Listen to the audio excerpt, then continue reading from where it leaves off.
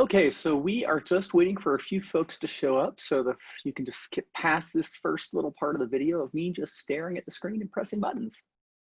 Okay.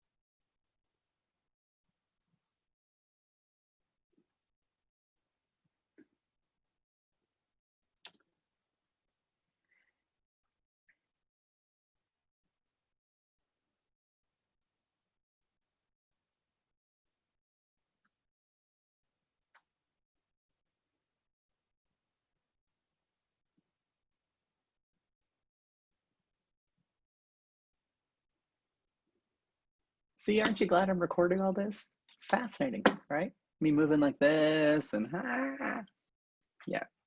And I also had the wrong link sent out, so who knows if anyone's even going to show up. We'll see what happens. I've got my text messages open. I've got my Facebook open, trying to make sure I get the right information. I think this is why you're supposed to get an executive assistant. I think this is things like this.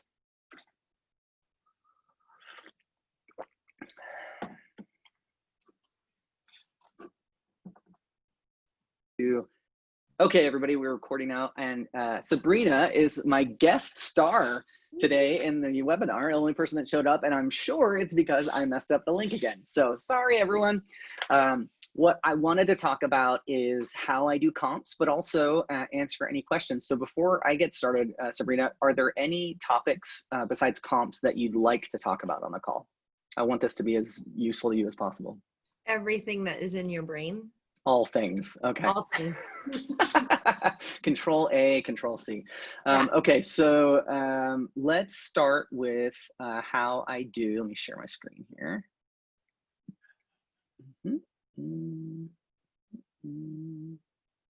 Okay, can you see my screen with Zoom on it? Yes. Okay, great. So I believe that running comps is a little bit different when you're an investor, and that is because you have a little bit more control over what the end product is. So if like you're flipping, or even if you're renting, if you're buying a rental, like either way, like you are going in and doing some kind of repairs to the property. And I mean, if you bought it right, like, I mean, if somebody showed up and just had this turnkey amazing property that was like under market and all that, great, but that's not normally how it works. So what you want to do is you want to identify what the ARV is, and ARV is after repair value.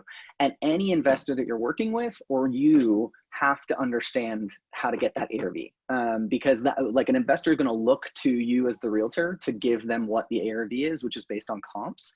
And so I'm going to go through and let's see. I have I have a flip that I'm working on right now that I just started on, so it's not going to be going live. But let's use that as the properties to get the ARV. So when I first did the ARV, when I was looking at property, it was about 370. And I think the ARV since has gone up. Gonna do all the standard things, sold. I usually, since we're in the summer, even though it's a weird 2020 summer, I usually only do 90 days. If we are like in the spring, I'll do 180 just to capture some of the last summer. Yeah, it just depends on where you are in the year. So this one's a single family. I don't get overly involved with this style. Sometimes it makes sense because here's a funny example. So ramblers sell for more than split levels. I don't think that surprises anyone. So if you have a rambler and you're going to be doing a flip on it, you want to see if it's possible for you to narrow it down just to ramblers because they just typically have a higher price per square foot. So I'm not going to worry about that for right now. The first thing I do is I'm going to put my 2 mile radius, and I make this. I start at 2 and then I go to 1 and then I go to a half just to understand like where my comps are because the closer the better. So let's see. So I'm going to start at 2. It's going to pull up a bunch of stuff because we haven't restricted anything yet. Oh, let me talk about this though. When I look at this, there's a pretty clear natural boundary, which, most people, even when you're doing comps for just clients, would notice this, right? There's 80 right here, and there's on the north side of 80, and there's on the west side of 80. Excuse me, that doesn't make sense. The south side of 80. I typically will do something like this, and I'll just say, okay, well then I want things that are within this quadrant right here, because I think everybody agrees that once you go past 80, it becomes a different price point in Salt Lake. And so I try to stay like with the radius as much as possible. I'm doing that, but we'll just kind of click here. Okay. So I'm going to do that and get rid of that 2 mile just because of that boundary.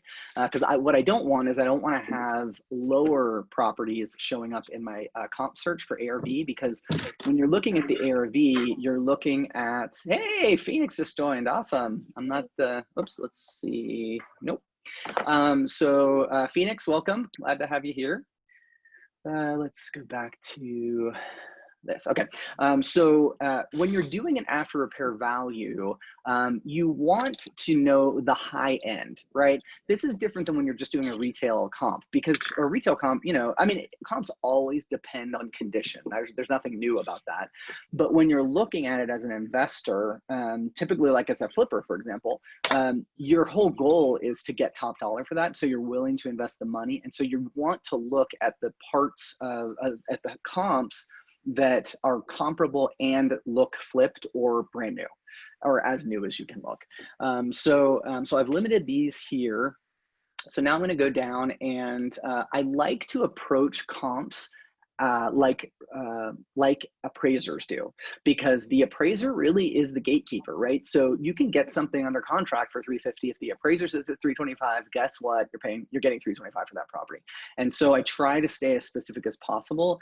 It's conservative, but I think that saves you on your deals, because if it's conservative and you happen to get more money, well then great.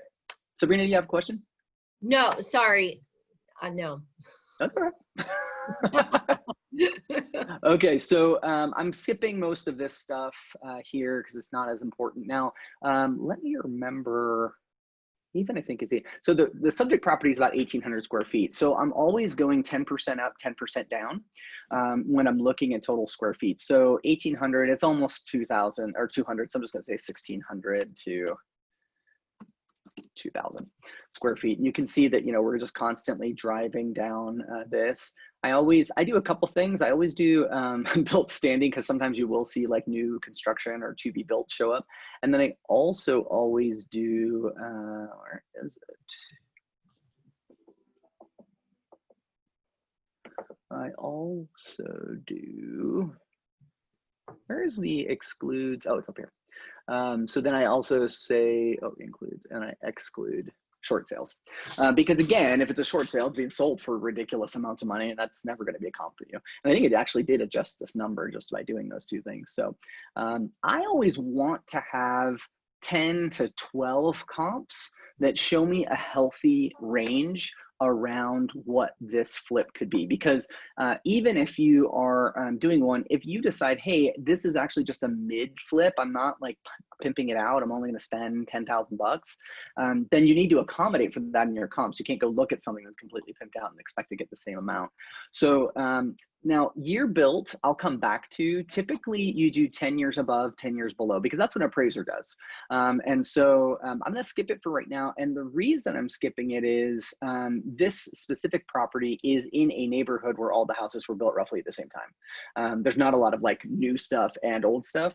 And I want to see what it does to my comps. And the reason I want to see that is because if you have a property that's say 1950, it's been completely redone, and you have another property that's 1970 or even 1980, but it's been completely redone. When a buyer is looking at those properties, like to them, it's like it's a used house that's been redone.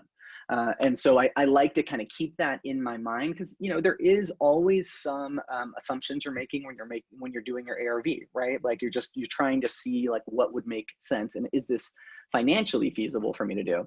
So the house that I'm doing is a 3-bedroom, and it will be a 2-bath.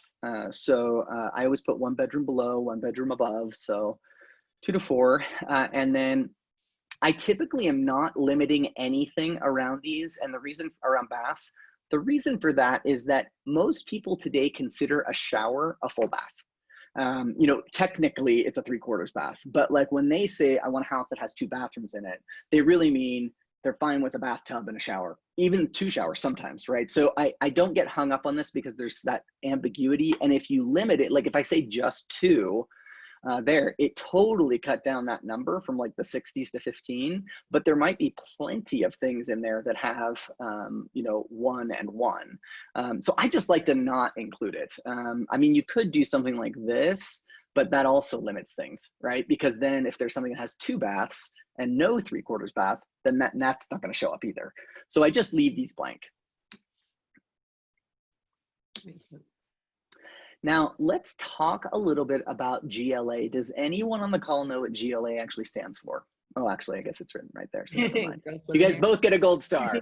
Gross living area. So why is this important? Do you guys know? Well, I mean. Well, first off, do you know what it is? The definition of gross living area. I don't. No. Well, I want to say I do, but I don't know that I do. So it's any square footage that is above grade. That's what they consider above grade. So so if you've got a house that is a 2-story house that's 3-bedroom, 2-bath, and you've got a house that's 1 story with a basement and it's 3-bedroom, 2-bath, the 2-story house is going to be appraised at a higher value because there's more square footage above grade. And that's really important to understand, because like this is where the finer details come in, because you've got to be able to justify your comps. If an inspector comes back or an appraiser comes back and is giving you low comps, like you need to be able to talk in their language, right? So let me just open up. Now here's something interesting. I'm going to put this address, or I'm going to put this URL in our chat. Where is our chat? Be smarter than okay. So is it over here maybe? Yeah, there it is. Okay. So that I just texted into the group chat here. Let me move it over here so you can see it better watching the video. So this is the county assessor site where you can actually look up properties. I use this site every day. And the reason that you need this site for Salt Lake County, and there's one for every county, but you know, Salt Lake County is where we're at. So the reason you need this is often you'll be talking to somebody or buying a house that was never listed on the MLS. Maybe it was a single owner, they've been in there for 45 years, it was never listed. So you need to understand what the county says this property is in order to make sure that your search is correct. And so I'm gonna go in here and I'm gonna put in the property I'm working on right now. And hit submit. And so this is the property that I'm working on right now. So you'll notice like acreage see this above grade square foot? So that's your gross living area right there. So it does have a basement that has a bathroom and a bedroom, but 1240 is what the top floor is. And then I scroll down here, and you can look at a lot of these things. I mean, like if you're considering zoning, you can look at zoning, but typically when I'm doing a single family home, I don't care about any of that stuff. I mean, I just scroll down to find out, what do I care about? I want to know the year built, so 1955. I want to understand how the square footage is split up. And I want to understand, where's the, yeah, I want to understand what it says bedrooms and baths, right? So it says 3.1. I'm putting a bathroom in this. That's why I know it's going to be 3.2.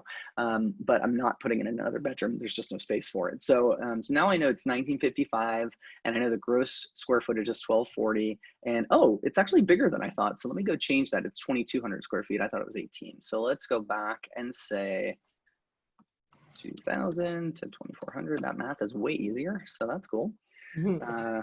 Okay, so so then I'm gonna, I like to like periodically look at the map and see kind of, you know, like what's happening, how is this shaping up. You'll notice, like, you know, here's the houses that are the closest to it right here.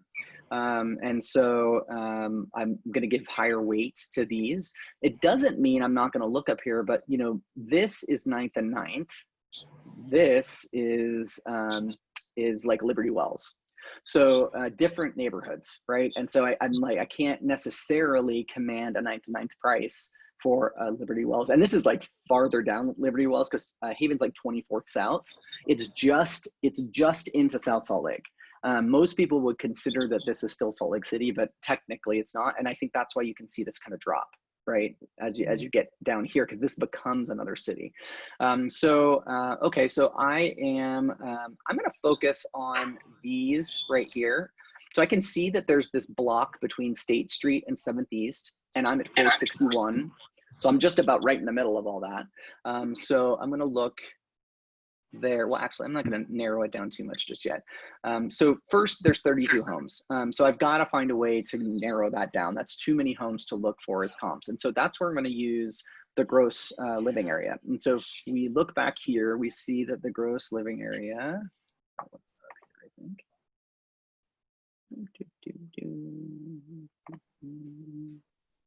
1240. Okay, so 1240. So I'm going to do the same thing. I'm going to do 10% above, 10% below for the gross living area of the property, and see how that narrows things down. So let's see. I'm not great at math in my head, so we're going to do it on a calculator. 1240 times 0.9. So that is 1115. And 1240 times 1.1. You're really specific. That is 1365. Okay. Well, I try to be, because like that's the thing. Now I've got 12. Now 12 is a lot more manageable to like figure out like where I could sit inside of that, right? So I also want to go back to my map and see, well, what does that do? Oh, well, crap! It took away all of the properties by it. You know. So Alan, yeah. When you're putting up a listing, does Utah Real Estate automatically take any square footage and put that in the gross living area, or does the agent have to specify that that is the gross living area? Well, what it does is it looks at that grid where you fill out which level has which which square footage, and then it calculates from there. Yeah, because it has like a basement level and then 1, 2, 3, 4. Right. So you're not hoping that the agent puts it in; it'll just automatically put it in for him. Okay. No, not at all. Yeah. So I have a couple of problems when I look at this, and now that I've narrowed it by that, and that is, okay, these are all on the east side of 7th East. We all know that's a boundary. So I don't feel like this is accurate for what I can do. I would consider this accurate, although it's in Salt Lake, and the reason is it's in this block from State to 7th, and it's down to the freeway, because to me, I mean, initially I considered this Liberty Wells just like that, and then down to the freeway. I considered that Liberty Wells. People are getting a lot more generous with what they call Liberty Wells, and it's starting to go west and west and west. So I would still consider, I mean, you can see like how close it is to Liberty Wells. So I would still call it a Liberty Wells property, but I am concerned that there's nothing around it now. So I'm going to take off the gross living area. because I want to understand, you know, like for appraisers, they may look at that, but for buyers, they don't. For buyers, they're looking in a certain neighborhood or at a certain price point. And so if I eliminate everything that's like even close to the price point in that neighborhood, and this house is nothing special, it's not the biggest house on the block or anything like that. So that's not going to work for me. So then I go back and I say, okay, that's going to put everything back on. So I'm going to look from there. Let me just do an overlay here. I'm going to look all of these. Do you have concerns about it being so close to the highway? Well, it's, yeah, that's a great question. So not necessarily this one specifically, it being 3 blocks away from the highway wall, you can't hear it. Okay. And you don't see it. Now I did Okay. sell a home that was literally on the same street as the barrier, but I still got top dollar for it. People didn't, because it was a low price point. It was like 310 or something was what I was selling a house for. So, so yeah, so this requires like a site visit, right? Because that question is super important. I've driven this neighborhood multiple times now, and it's like, it's a solid, cute neighborhood, all brick houses, all, you know, tree-lined streets. Okay. So it's really good. So now I can see, I'm going to take out this bigger, and I'm going to narrow down to this area. And so now it's going to find, I don't know. It's going to find 8 listings. Great. So I'm going to give heavier weight to these because these are all South Salt Lake, just like mine. Let's see kind of what those look like. So that's the next step. So I'm going to view my results. And I'm going to first do a brief report. So brief report is the most common report to initially start with. I know a lot of us probably start with the agent report and then just scroll and scroll and scroll. When you're looking for an ARV, you don't want that because you need to understand the whole neighborhood. And this is true for listings as well, but like the reason I do this is because it gets me data really fast. I always sort by the sold price and then go like the lowest sold price going up because I want to see the whole spectrum of what this is actually looking like. So you can see, I mean, I'm going anywhere from 400, just under 400, all the way up to 570. Now I know that these are totally not comps. There's no way, given the neighborhoods that we were just looking at, right? So I typically will remove the highest or second highest anywhere there's a huge cliff. Look at the gigantic difference in price right here. So to me, that's like, okay, that like these are separate. These are not something that I would include in mine because you don't want to overestimate your ARV because then you'll lose money. As a flipper, right? So so I see, okay, that's great. And then I look up here and like, well, these are all pretty in line, right? And then you got a 20K jump, and then you've got this jump right here. And I'm interested in knowing why. Like, why did, you know, if these are all fairly close, this is 628 East Garfield, which is south. Okay, so that's like 4th south-ish. So definitely much farther north than all the other properties that I'm looking at. So that may be the driving factor for those. So now that I've done that and I've gotten rid of anything that's like a huge jump, now I've got, I feel like a good, I mean, to be honest, I feel like the true band of value is here up to this 415. This is, I mean, that's such a huge jump that I wouldn't even really consider that that's something that like I would be going for. So I'm going to remove those as well. And now I'm going to look at the picture. So now I'm going to go to agent report. And I can do, once you start doing this, you can do this very quickly. So I just like open these up, start flipping through. Looks like a flipped house, looks staged, you know, everything's new, got it. Okay, great. So that is most likely a flip, right? So I know that. So the quality of that's pretty good. Okay, let's look at this one's got a blue door, which means it's a flip. Because I put blue doors on houses. So, okay, again, everything looks great. It's a flip, new flooring, new lights, everything's new in the house. Okay, this is a flip, got it. So then I go down to the next one, same thing. So I did notice this. What do you think this might indicate right here? In-law I actually know this house. Yeah, exactly. There's a mother-in-law here. And so that's going to definitely raise my, like, it's going to start having me question if it's a true comp, because I have plenty of agents or clients that are looking for single families with mother-in-laws, and they're not looking at single families that don't have mother-in-laws. So they're always willing to pay a little bit more. Interestingly, the price point wasn't that different from the rest, but this is not updated. I mean, this is like someone lived in this house. You can tell nobody picks that color. Right. So I'm kind of going through, but it's in good shape. I mean, this is a well-maintained house. It's definitely move-in ready. There's one kitchen, which is like, I give it a C+. And then we go downstairs. And they're actually, what you're noticing too, what I'm noticing is I see a bathroom down here. I don't see a kitchen down here. Right. So this might have been oh wait, maybe there is. Because Oh, that looks like a kitchen right there. But that, But looks like from upstairs. that looks like it's upstairs based on the windows. Yeah. So this might be a comp because having a separate entrance is not enough to to do it. It also has a 2-car garage. Mine has a 2-car garage as well. So we're going to look at this last one, which is the highest comp. And this is beautiful. Looks staged to me. Very nice. Looks new. So cute. Super cute. Great curb appeal too. Oh, absolutely. Yeah. So this is like the one to beat, right? So when I'm looking at these, I'm like, okay, almost all of them except for this one were flips. Yeah. So I'm pretty comfortable saying, okay, my ARV is going to be right around this 392, 395. Probably now I'd list it at like 399, but like that's where I would put the ARV. I never pick this as my ARV.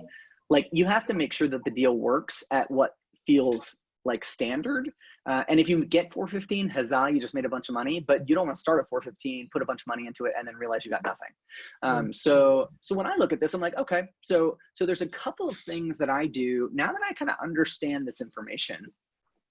I will send the brief report and the map report to my clients. So I'll say, okay, here's the solds report. And then I'll just, print the PDF and save it so I can attach them all to the same email. And then I also do map report. Why do you think map report's important? It's a good visual where things are. Yeah. In fact, I think this is my 416 right there. Yeah. So like just one more reason why it's like, yeah, that's not really the same as all of these that are down here, especially when we know the property is over here. 100. Right. Yeah. Are over here. So I send those both. Now I want to go and I want to look at actives, under contracts, and backups. Same exact criteria. We're not changing anything other than the status. So we're going to go to these 3, 4. Great. I want to click on the map quickly just to understand kind of where are we talking about. Okay. So my property is right here. So they're not terribly far, but I see like, okay, wow, they're all, and I think they're all under contract. Looks like all of them. So there's one active that's listed at 400 that had a price drop, it looks like. Now this is 2-bedroom, 2-bath instead of 3-bedroom, 2-bath. So let's check this out. Was this a flip? Look at where they started, 425. And then quickly within 6 days, quickly made a huge reduction. I think they started out way too high. So let's take a look here. So my ARV is also heavily driven by what's active and under contract. I mean, if you looked in that whole part of town, there's only 4 things, 3 are under contract. And so that means that like, oh, I may be able to push my ARV possibly, or I just list it where I want to list it and it'll get multiple offers because there's just nothing there. So let's see. I agree. So when you are listing, you said that on one of them, you said a second ago, you would list at 399. Do you take into the thought process of if you list at 400, you're at the top of people's price point, but you're at the bottom of other people's price point? Or do you go at that 399 price point? So do you just mean like, do I feel like the buyers are more limited if I'm at 399.9 versus 400? Right, because you're hitting those people at the top of their price point, and if there's like one thing they don't like versus if you're hitting somebody at their filter of 400, you're getting them at their bottom possibly of their price point and have a little bit of more cash as far as appraisals go, as far as fixes or whatever it may be. No, I don't at this price point. I think if I was like approaching 500, That's a very different price point. But in Salt Lake, like under 400 is still like the starter home price, unfortunately, Yeah, right? For sure. most of like Sugar House and everything. And so I feel like my people are going to be, you know, like my people are going to be there regardless with that one difference. And I'm not, here's the funny thing that I found, and I tell all my buyers this, it's like they all say they'll stop at 400, but that's not true. Like they'll pay more. And so, you know, that's, I always want to list a little low so that I can allow for them upping the price. I mean, it may be that cause I'm probably 2.5 months before I'm listing this. So like the market may have shifted. It'll be September, you know, like I may decide I'm actually going to list it at 395, even though I still think I can get it. I'm just like, I'm going to be more conservative with what I listed Yeah, at. for sure. So it just depends, but like, this is not an updated home. No. Right. That's the one that's active that only had 2 bedrooms. So I've got 4-3-3-2, 4-2. 425,000 too, not updated. Yeah.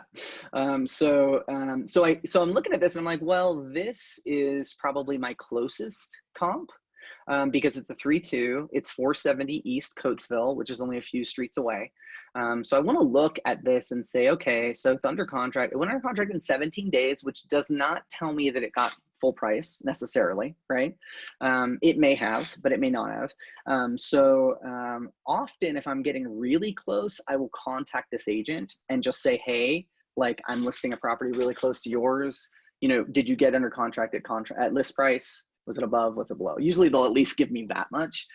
So I'd probably do that, but I feel like that's too stiff. Let's look at the property. Maybe the condition warrants that.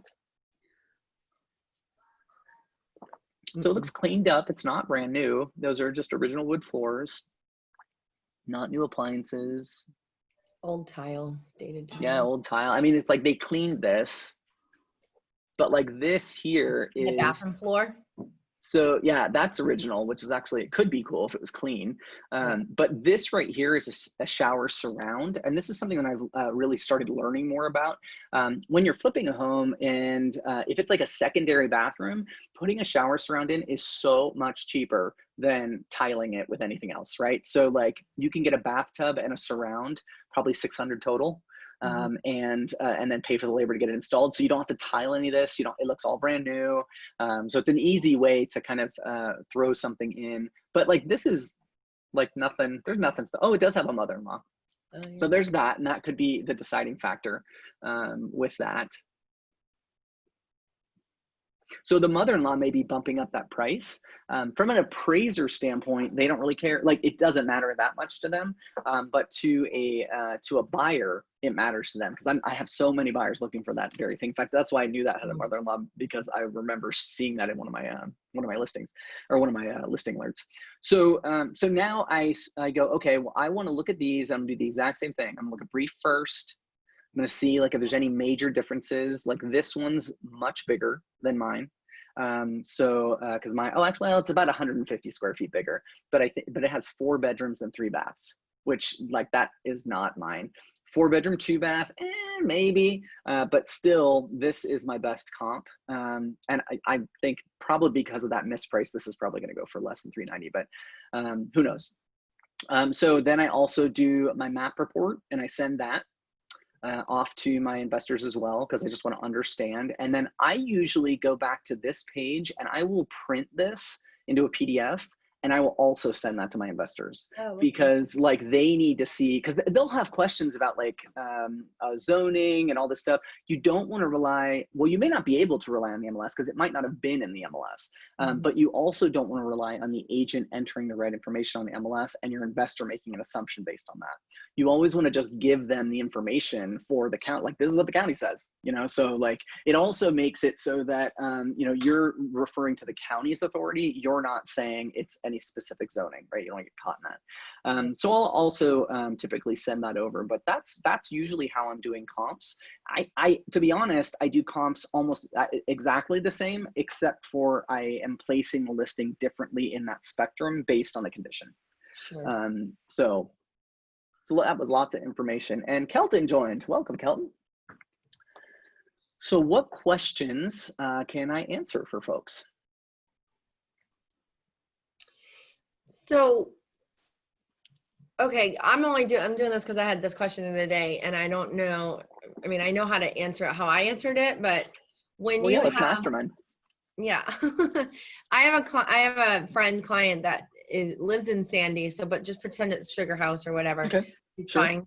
And they're looking at putting in an in-law apartment. Okay. And they have to dig it out. It's going to cost 15 grand to dig it out and then Oof. do the kitchen and stuff because it is below, everything's below grade. There's no Sure. big windows like on spruce Yep. or anything like that. And they're like, is it going to be worth the value? And I always refer to them as what is important to you right now today, because you're talking about 10 years down the line versus because they've been there for 10 years, they're going to be there for another 5 to 10. They already said that. What is the use for you? Are your parents moving in? Are you going to rent it out? That type of stuff. But when they ask you these things for future, besides saying, well, it depends what the market is at the time, you know, and the market is going to give you that price point. What do you say when it comes to those type of things, and how do you evaluate that? So I often let them know, I mean, this is the tricky thing. Appraisers don't care if it's a mother-in-law. They just care how many bedrooms and baths are there. And they're not necessarily counting a second kitchen as anything special in their evaluation. So I usually say, you know, what you're gonna get out of this is you're probably gonna get a bit of a higher price in a bidding war. And it's probably going to go off the market a lot faster because you have income potential in your property. But if you're thinking like, oh, if I spend 15 grand, I'm gonna get 30, like there is zero way for us to tell like that. So asking those questions that you asked in terms of like, what are you using this for? Why are you doing it? I mean, if it's because they want their parents to move in, well, great. There's a lot less of a financial result needed, right? They're spending it so their parents can move in, and then, you know, it'll give them some bump, but it's not really the main focus. If they're doing it because they want to rent it out for $800 a month, it's like, well, guess what? You're going to spend 30 grand. How long is it going to take you to get your money back? 800 bucks a month. So yeah, it's a tricky one. I don't have a pat answer. I usually have that answer because that's the truth, right? I'm not seeing anything where like in an appraisal, someone said, oh, this has a mother-in-law, I'm adding some kind of value for that mother-in-law, right? Like I'm not seeing that. So we have to always go with what the appraisers say because they run the show. Okay, cool. Yep. Great. Ellen, I have a question for you regarding an appraisal. Sure. Okay. What is the criteria? Like, okay, so my parents just went under contract on a property up in North Ogden. Is this that 5,000 square foot or 9,000 square foot house? 9,000 square foot house, yeah. 9,000 square feet. Yes, Yep. yes. Yeah, it's huge. But the main level and the second floor they just have subfloor. Okay. So, but the basement is fully livable. Mm-hmm. Do you know, are they going to require us to put flooring in to close? That's a good question. I mean, in my understanding, in order for it to be counted as square footage, it has to have power and heat. To my understanding, that's the only requirement. They don't necessarily, but because I think, and this is just my opinion, I do not know the answer specifically to this, but I would think the subfloor is still usable. If you wanted to move in furniture and live on the subfloor, you could. I mean, like it looks really trashy, but you could do it. Right. So to me, it would be like, hey, I mean, they have heat, they have power. You know, just because the finish doesn't look great doesn't mean that it's not usable. You know, is there drywall like and stuff on the walls? Or yeah, I would consider like if it's just that it's a subfloor, that doesn't seem like that would exclude it from an appraisal. Well, and that's I know that we're already running into an issue with it, so I just wondered if you had. Oh, really? Like running into an issue like the appraiser's not going to count it? The appraiser called. Okay, my father was already there when the appraiser showed up, and she was like, you have to have 3 things. You have to have structural, sanitation, and health or something. Okay. And I'm like, okay, like I understand that, but the basement is literally bigger than an entire house. Right. And it has like a fully livable kitchen, a functioning bathroom, 2 bedrooms, washer and dryer, everything. Mm-hmm. But then she was like, well, she's like, I can already tell you that like you have to have flooring in order to close. I was like, interesting. I've never heard that before. I don't know. I'm gonna be pissed if we have to spend like $10,000 in carpet just to rip it back out. But yeah. I mean, that's the thing about appraisers that I'm always like letting my people know. It's like it's one person's opinion. Yeah. You know, like a different appraiser might have a totally different answer, and it also could be that this appraiser's never dealt with this before. And so like Right. she, like if they've never dealt with it, the answer is no, right? So yeah, that's a good, I think that's a good like witsy question for Dave, because I would love to know the answer to that. Yeah, Yeah. I'll bring it on Tuesday. I actually had one that didn't have flooring at all. It didn't have baseboards. It didn't have any of that stuff. The only thing they cared about was there was no kitchen sink. So the seller quickly put one in, and there was no countertops. They just wanted a kitchen sink. See, and that's what even upstairs it all has appliances. So I'm a little bit interested to see what happens, because I'm just trying to like gather information from what people have seen. So if she's like, oh, you have to put in 7,000 square feet of flooring, I Yeah, can that almost seems weird. dispute that a little bit. I don't know. I mean, this is so who's the lender you're working with for this? Mark Tucker. Okay. And So what's that, Sabrina? and a conventional loan, I'm assuming, Hmm. or jumbo. Yeah, I mean, I think if they're not going your way, then Mark needs to contact the appraisal manager and talk through that with them. Apparently it's or her own company. Well, that's no fun. So Yeah. no, but typically what I mean by that is that like typically lenders are using appraisal management companies that are then outsourcing it to these people.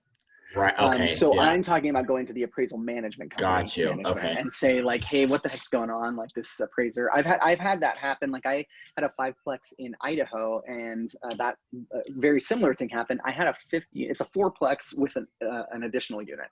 And so when he got there, he said, hey, this is a 5-plex, not a 4-plex. So I can't do it for residential. And so we had to go back to the appraisal management company and say, well, what is required for this to be considered a 4-plex? And it was like, take down the number, rip out the kitchen, and take out the appliances. Like if you do that, we'll consider it storage space. So I think there's room there to negotiate, but sadly, it's not something we as agents can do, because we have nothing to do with the appraisal. And so, we're always at arm's length. So I think if she comes back and it is causing a problem, having Mark talk to the appraisal management company is probably the best way to go. Okay. Sometimes the underwriters will do it too, like at their company, like they'll have the underwriter call them. So anyway, yeah. Keep me posted though, Phoenix. I'd like to understand like what the answer ends up being to that. Yeah. It'll be interesting to see. Yeah, absolutely. Hey, Kelton, you're on the call. Do you have any questions? I don't believe so. I came in late to the game, but just soaking it all in, I guess. Great. And really at this point, guys, any questions about anything? It doesn't have to be related to the CMAs, just any investing questions I can answer for you. Outside of obvious experience, where are you coming up with thought process on costs and stuff? I mean, are you going somewhere to look into it a little bit further? Like somebody like myself that doesn't, I have a lot of experience and I can come up with, a window in a basement in Sugar House is going to cost you about $2,000 on the high end. I know that. Right. But as far like the surround that you were just saying, that was good info, that's $600. So under $1,000, or $1,000 when you're talking to a client. Yeah. Is there places I could go to get more knowledgeable on this? I don't know. I mean, that's all coming from my own experience with contractors, right? One of the things that I do as just a kind of a rule of thumb is it's about $6 a square foot to paint, replace carpet, replace all the lights, and switch out the outlets. So when I'm looking at a property for like, that's the basic, right? Like if I'm just doing nothing more than that, I'm not replacing appliances, I'm not doing anything else. It's about that. It's about $2,000 to get microwave, stove, dishwasher, and depending on if you get a fridge, then it's maybe $2,200, but it's about like it's about $1,600 if you don't get the fridge. It's about $2,200 if you get the fridge, depending. I mean, I don't ever buy fridges, because everyone is like totally different about what fridge they want. The only time I've ever bought a fridge has been when it's a weird space and people don't think a fridge will fit there. So in those, that's happened twice on flips where it's like, no, we're just going to make it like we're going to put one in there because people think that you can't fit a fridge. So we just want to solve their problem. But normally all I'm getting is, I usually get Whirlpool, which is like middle of the line. It's, it's not great. It's not terrible. I use a guy at RC Willie for that. He gives me a discount. So yeah, that's usually what I'm estimating for kitchens. Cool. And like when you say you think it's like, well, because that's your experience at $6 a square foot, that's because you have the contractors that you know, work a lot with you and they cut you a deal? Or is that something, do you think I should go more like $8 a square foot when I'm talking to a client? So that way it's a little Well, high. yeah, I mean, I think if you're talking to a client, because they're going to go to like Home Depot, or they're going to go to for like carpet, or they're going to go, you know, they're not going to necessarily be going to like a good carpet place that only does carpet. Yeah, I mean, I think I would say 7. I don't know that you need to say 8. Yeah, yeah. Okay. That's good to know. Also on my investing side, that might come up someday, one day when I get there. Yeah. Well, and also like I would estimate probably closer to like 4 a square foot if it's a rental. Because Okay. you know you're not getting solid surface countertops, you're not getting like top of the line anything. You're just like, it's a rental, you're gonna get rental grade carpet, you know, paint's paint, but like your light fixtures are gonna be very simple, you know. So depending on like this year, I'm actually getting to a point now where I'm thinking about buying some more rentals this year. I've got a flip closing next week, and then I've got this flip I'm working on right now, so I'm building up some capital for that. So I'm kind of starting to look for my next rental, I think, this year, which will be kind of fun to do. So Great job, Alan. so if you guys, I'm just going to plug again, if you guys have any distressed properties, you can represent me as the buyer's agent, or if you're the listing agent, take the whole 6%. I buy cash, no repairs needed. So I'm always happy to get more deals and get money in your guys' pocket. So Yeah. I'm trying to get one now, but it's been going Nice. on for a couple months, so we'll see. Yeah. But I'll definitely let These- you know. Yeah, I appreciate that. Thank you. What else do you guys have for questions before I stop here? I'm good. Great. Well, I thank you appreciate for your time. joining. Yeah. Thanks for joining, and I'll see you guys next month. Bye. Thanks, Alan. Bye. Have a good day. You too.